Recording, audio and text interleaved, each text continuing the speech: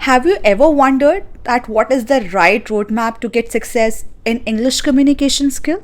Here I would like to tell you the entire roadmap जिसको follow करके आप English में accuracy, precision और बहुत impressive communication skill आप हासिल कर सकते हैं. Let's get started. I think let's get started from the scratch. I believe कि सबसे पहली जो चीज़ अगर English learning में आती है तो वो grammar and tenses and all those stuff आता है.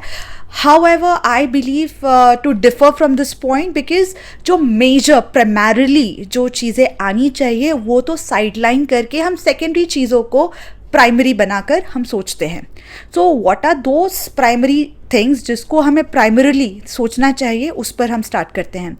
सबसे पहले आपने सुना होगा कि there are various modules of English learning. जैसे फिजिकली आप सीख सकते हैं, वर्चुअली सीख सकते हैं, लेकिन एक और मॉड्यूल है जो सबसे परफेक्ट तरीका है इंग्लिश कम्युनिकेशन स्किल सीखने का, और वो मॉड्यूल है hybrid module. Hybrid module as in के जहाँ पर वर्चुअल सेशंस और फिजिकल सेशंस दोनों को क्लब करके जो मॉड्यूल क्रिएट होता है, that is called as hybrid session, and that is the most effective learning segment and learning session and learning oriented sessions. Now क्या होता है कि ऐसे बहुत सारे स्किल्स हैं जिसको प्रैक्टिकली हमें फिजिकली ही सीख कर हम उससे रिजल्ट ओरिएंटेड बना सकते हैं. एग्जाम्पल लाइक स्विमिंग आप जो है अच्छे से तभी सीख सकते हैं जब आप एक कोच जो आपको बुला रहा है जिस स्विमिंग पूल पर, जहाँ पर आपको बुला रहे हैं जो स्पॉट पे, और वहाँ पर आपको सिखा रहे हैं, वहीं पर आप सीख सकते हैं. आप उनको ऐसे वर्चुअल सेशन लेकर आप, जैसे आप आपके स्विमिंग पूल पे, वो उनके swimming, virtual session is practically not possible in this way. तो ऐसे बहुत सारी स्किल्स है जहाँ पर आपको प्रैक्टिकली उसी जगह पर जाकर आपको सीखना पड़ेगा under the guidance of the respective coach. वैसे ही English communication skill and personality development वो भी एक ऐसा स्किल है जहाँ पर वर्चुअल, आजकल डिजिटलाइज वर्ल्ड हो गया है तो definitely virtual sessions are on boom, वो उसके थ्रू भी सीखा जा सकता है. लेकिन फिजिकल सेशन मैंडेटरी है. आपको 1 मंथ में या 1 वीक में जैसा भी कॉम्बिनेशन परम्यूटेशंस आप सेट कर सकते हैं, उसके अकॉर्डिंग आपको कुछ फिजिकल सेशन मैंडेटरीली, कंपल्सरीली आपको लेना होगा. और जो वर्चुअल सेशंस है आप एनी विच वेज लाइक आप जिस भी जगह पे हैं वहाँ से आप ले सकते हैं. तो ये हाइब्रिड मॉड्यूल बहुत ही इफेक्टिव होता है. इसमें आप सीखते हैं और ऐसा सीखते हैं कि there is never looking back. And of course the right mentor, the right coach. Of course जब भी आप कोई क्लासेस ज्वाइन करते हैं तो इतना R&D, इतना रिसर्च एंड डेवलपमेंट तो आप करते ही हैं. ट्रायल सेशंस, डेमो सेशंस तो आप लेते ही हैं. And you are smart enough to know कि कौन से ट्रेनर आपको सिखा सकते हैं और कौन से ट्रेनर से आप बहुत अच्छे से सीख सकते हैं. So this is the first step actually. Tenses, grammar, वो सारी चीज़ें भी ऑफकोर्स इम्पॉर्टेंट है, बट प्राइमरीली हमें किस चीज़ पर फोकस करना चाहिए, we are talking about it. Now, second thing, of course, मुझे ऐसा लगता है जब हम हाइब्रिड मॉड्यूल को इनरोल करते हैं तो जो हम फिज़िकली हम क्लासेस में जाते हैं या सेशंस लेने के लिए जाते हैं तो वहाँ पर एक एटमॉस्फेयर, एक कॉर्डियल एटमॉस्फेयर आपको मिलता है, एक एम्बियंस आपको मिलता है, एक ग्रुप मिलता है. मेंटर जो है वो आपको फेस टू फेस वहाँ पर मिलते हैं, वो आपको फीडबैक देते हैं, ग्रे एरियाज़ बताते हैं, एरियाज़ ऑफ इम्प्रूवमेंट बताते हैं, टास्क होते हैं, एक्टिविटीज़ होते हैं, काइंड ऑफ टीम वर्क होता है. बहुत सारी चीज़ें होती है जो ओवरऑल इन टोटलिटी काफ़ी ज़्यादा वर्केबल होती है, और आपका जो कॉन्फिडेंस का लेवल है वो लाइक एब्सोल्यूट बेस्ट पे चला जाता है. तो ऐसे बहुत सारे काइंड ऑफ पर्क्स हैं जो आपको मिलते हैं, एंड कॉन्सिक्वेंटली आपका जो लर्निंग है वो बहुत ज़्यादा इन्हेंस हो जाता है नेचुरली.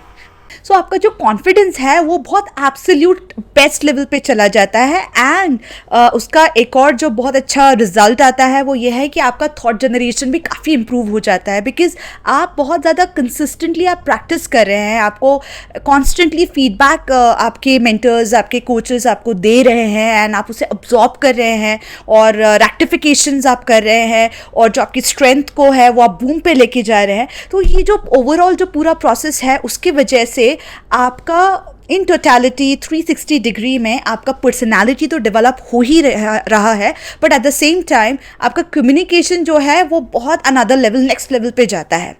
सो सेकेंड पॉइंट यही है जो रोड मैप पे एब्सोल्यूट जो सेकेंड होना चाहिए, that is consistency. Because most of the times even लोग इनरोल भी कर लेते हैं, कैंडिडेट्स इनरोल भी कर लेते हैं, and they are really kind of adamant and they make sure that they would learn it, और गोल सेट कर लेते हैं कि मुझे रोज़ सीखना है. बट देन कुछ दिनों में वो लोग थोड़े से काइंड ऑफ वीक पड़ जाते हैं, या मे बी जो है प्रोक्रेस्टिनेट करने लग जाते हैं, या उनको इतनी इच्छा नहीं होती है, बोर हो जाते हैं, वॉट एवर द रीजन्स आ, तो कंसिस्टेंसी जो है ब्रेक हो जाती है. लेकिन ये बहुत इंपॉर्टेंट है कि हम इंग्लिश लर्निंग प्रोसेस में कंसिस्टेंसी मेंटेन करें.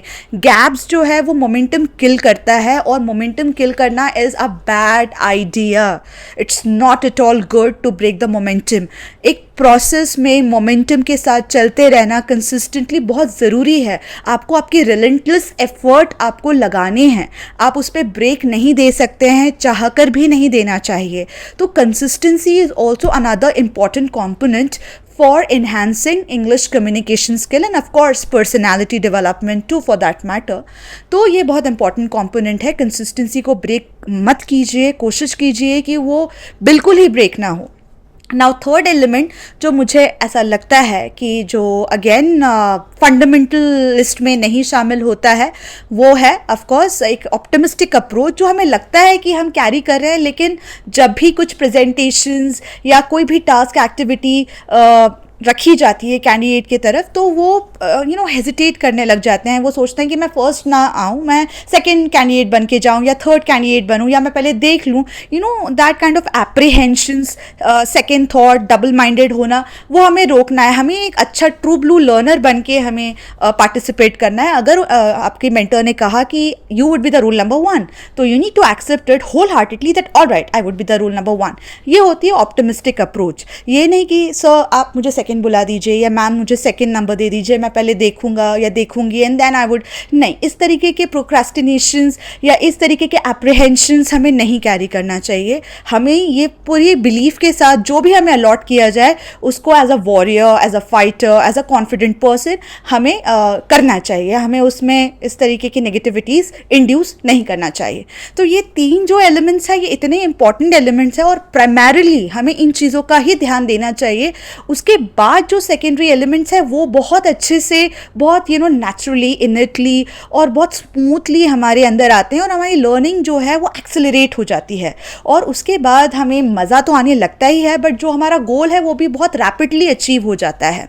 तो ऑफ कोर्स बाकी के स्टेप्स जो है, ग्रामर पे जो एक हमारा कमांड होना चाहिए, वोकैबुलरी भी हमारी अच्छे लेवल पे होना चाहिए, अच्छे रेंज ऑफ वर्ड्स होने चाहिए, हमारी tonality, modulation, pronunciations, body language, gesture, posture, common sense, presence of mind, ये सारे जो कंपोनेंट्स है, सारे एलिमेंट्स जो है वो काफ़ी इंपॉर्टेंट है, और सबका अपना एक इक्वल स्टेटस है और इक्वल उनका ग्राफ है जो हमें पता चलता है over a period of time. Because सारी चीज़ें हमारे अंदर इंड्यूस होने लगती है, इनकलकेट होने लगती है, कल्टिवेट होने लगती है, अब्जॉर्ब होने लगती है, और वो धीरे धीरे जब हम उसे सीखने लगते हैं तो हमारी लर्निंग तो एक्सेलरेट हो ही रही है, पर एट द सेम टाइम हमारा जो एक गोल है to become really fluent, and we really look forward to speak in a fantastic way, in an impressive way, the English communication, वो भी बहुत easily meet हो जाता है.